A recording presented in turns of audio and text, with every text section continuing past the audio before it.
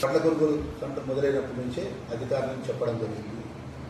దానిలో భాగంగా ఈ జిల్లాకు సంబంధించిన జిల్లా కలెక్టర్ గారు కానీ అధికారులంతా కూడా సమన్వయంతో ప్రభుత్వం యొక్క ఆదేశాలు అమలు చేసుకుంటూ ఈరోజు 90% వడ్లు కొనుగోలు చేయడం జరిగింది.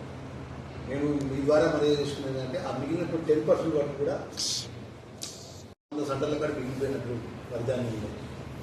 ఆ వర్ధాన్యాన్ని కూడా నేను ఉదయం ఈరోజు 7 గంటలకే నా ధర్మపురి జైనా గ్రామ మండలం సొసైటీ వడ్ల కొనుగోలు సెంటర్కి వెళ్ళిన దుకాణ మండలం వడ్ల కొనుగోలు సెంటర్కి వెళ్ళి గత 10 ఇంత ఆర్థికంగా ఒత్తిడి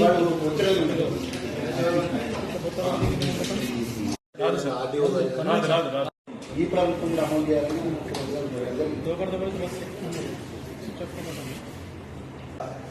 ఏ రైతుకు ఇబ్బంది కావద్దని చెప్పేసి ప్రత్యేకంగా జిల్లా కలెక్టర్ గారు కానీ